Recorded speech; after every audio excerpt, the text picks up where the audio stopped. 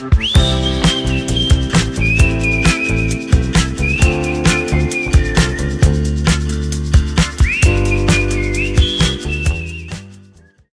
there, friends. I'm letter A, the very first letter of the alphabet, and I'm super excited to meet you. I'm here to help you discover new words and go on lots of adventures.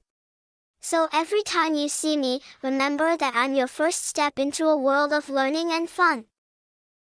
A is for apple. Did you know apples float in water because 25% of their volume is air? A is for airplane.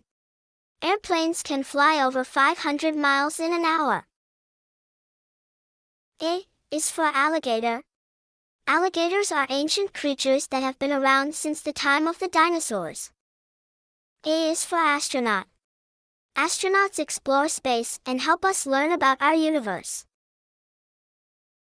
This is the letter A. Let's practice tracing the uppercase letter A. Put your finger on the number 1 and slowly move your finger down. Now lift your finger up and place on the number 2 and move your finger down. Now find the number 3. Place your finger on the number 3 and move your finger across to the arrow.